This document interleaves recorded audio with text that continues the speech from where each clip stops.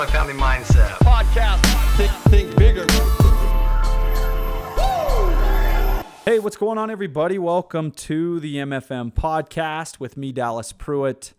And this week, we on the podcast, if you're not seasoned here on the podcast and you're new, on Tuesdays, we dive into our student base. We dive into students within our community who have come through our programs and who are out there finding success and failure and struggle and working through all of it to create success out in the multifamily space and out in their lives.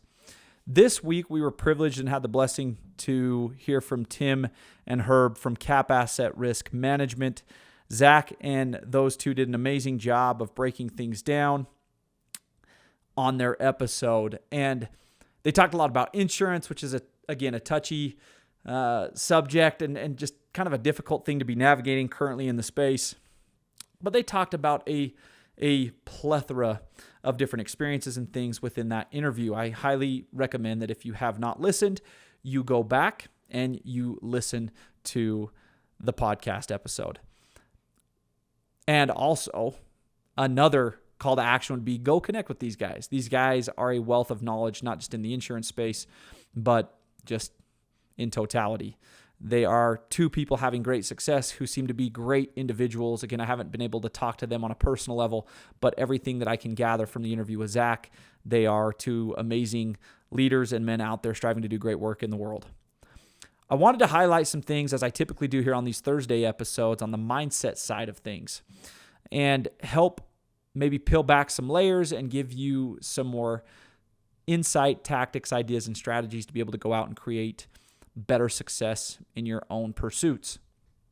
And in their interview, these two talked about some great ways in which they have chosen to navigate challenges and taking risks, which in the world of real estate is obviously always going to be a part of your process.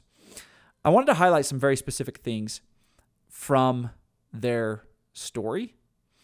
And I'm not going to have time for everything, so I'm going to dive into some of what I viewed as some of the most impactful or most important components.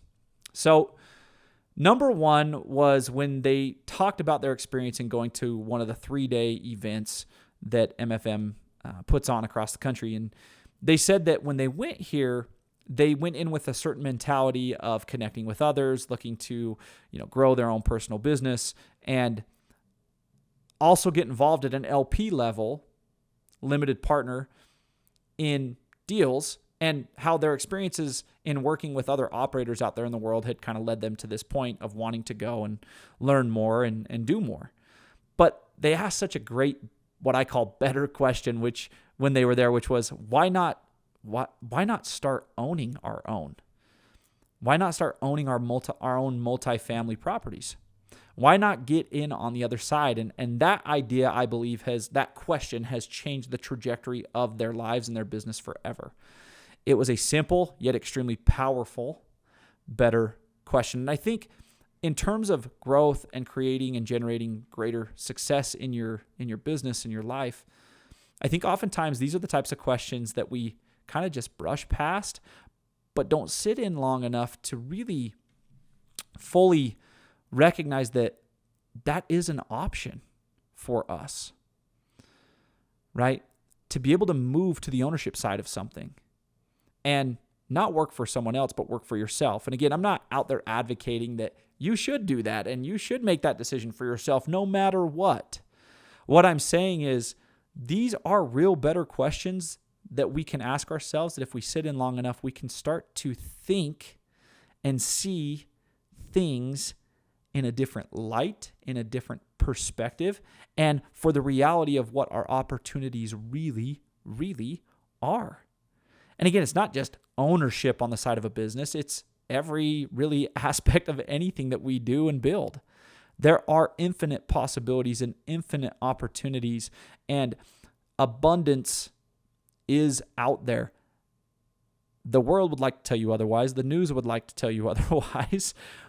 And that is why it is so important to dial the conversation that you have with yourself in. and why it's so important to protect that space between your ears and be very conscious and very careful about the inputs you allow to penetrate your mind.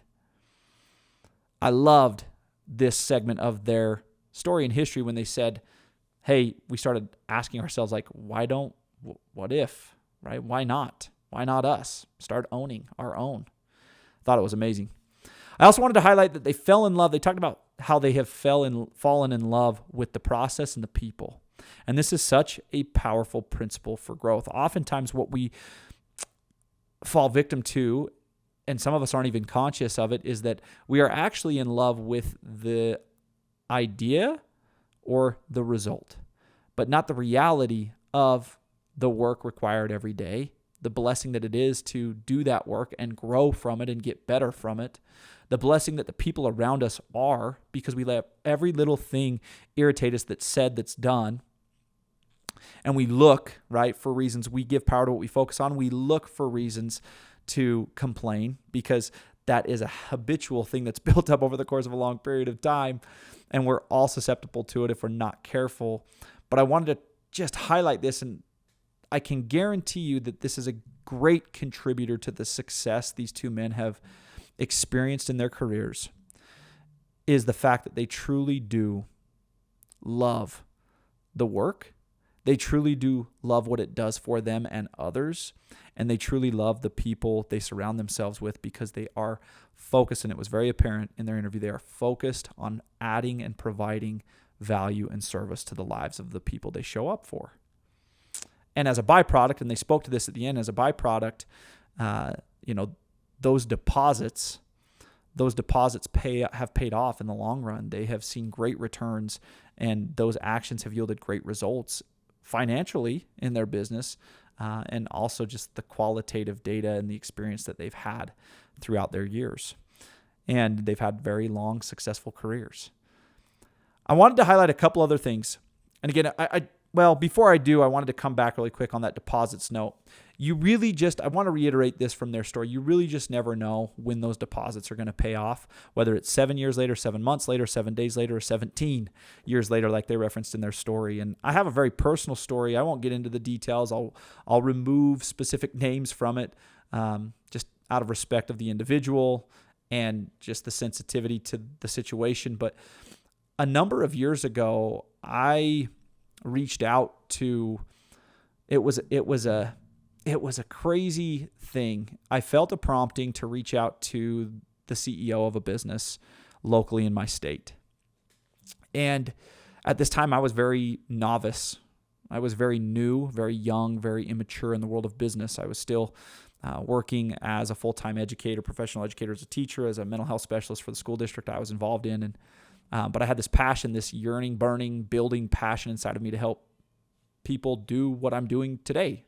Adopt and feed growth mindsets, build the right types of systems for sustainable long-term success so that they can experience better results in their pursuits.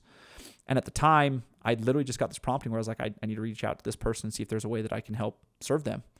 And I offered to send out some journals and things that I was working on. And long story short, I just kept the relationship intact, and I kept providing value, sending them resources, offering to jump on calls whenever it was possible and feasible. Whatever questions they had, I wanted to dedicate my time, and I just wanted them to know that I was there to serve them. And I really wasn't looking for anything majorly in return. I just wanted an opportunity to literally serve someone. And yeah, I think in the back of my mind, and even the forefront of my mind at some point, it was like, well, I wonder if there's something here, a partnership that could cultivate over the time. Long story short, nothing came of it other than a great friendship. And that's extremely valuable. I would argue that's more valuable than any number in my bank account. Well, fast forward 4.5 years later, almost 5 years later, this person, that deposit, they reach back out, and that deposit starts to pay off. And skipping over many details, and again, keeping certain things very private, I and this individual, we now work together and have a strategic partnership where I am able to serve him, his community, and everything that he's built. And it's an amazing thing to see those types of things pay off. Again, 5 years later, 6 years later, 7 years later. Really, that's how I found myself to MFM at a certain magnitude as the resident consultant and service provider that I am here for this amazing company and network of people that I just love dearly. It's these deposits. You cannot overlook the value in providing value. You cannot overlook the value in doing the right thing for the sake of literally just doing the right thing, because it's the right thing to do, to serve, to love, to help, to build up, to connect, to give the intro, to provide the solution, to provide the value. I think Tim and Herb even talked about it being a 10-to-1 ratio. For every 10 service opportunities, for every 10 deposits, one ask. It's not what have you done for me lately, it's what can I do for you? And that is a pattern of success that you will find in many great leaders in a lot of different spaces, not just here in the multifamily space. So, and honestly with that, I'd really like to close it out. I had a couple other things planned. One other thing that I'll close out is they just talked about the importance of goal setting and what that has had. They talked about even attending the event with Tyler out in Orlando. And I cannot reiterate this enough, that prior planning prevents poor performance. If you'd like to see better results in any area of your life, take to paper, set goals, get specific, detail these things out, be strategic about your plans, be more strategic about where you're putting your time, allocating your time and your energy, get clear on whatever your aims are and not having too many of them, but really weeding out the distractions and feeding the few things that actually matter in your life that you care about most and want to see better results in. And what's cool about that, my friends, is at MFM, we have an amazing resource to help you do just that. It's called the Think Bigger Journal. There's a link in the show description today. If this is not a resource that you have taken advantage of prior or already, and it's not a system that you use, I highly, highly recommend that you grab you a copy and get going today. Again, it's a very simple to use tool, easily integrated into your day-to-day, that will yield extremely powerful results in your pursuits and help you find joy in that process along the way. Again, go grab you a copy. And again, we have a lot of resources to help you with that, not just within our education and mentorship, but online and everywhere else. So reach out with any questions and just know that we are here full force to support you, to help you, again, produce better results in your pursuits in the multifamily space, but really in totality, holistically within your life. These mindsets, these systems, these principles are applicable across all fronts. Very grateful to have you all here on the podcast with us. As always, please continue to rate and review the show, and we'll see you back here on the podcast again next time. Multifamily Mindset Podcast. Think bigger.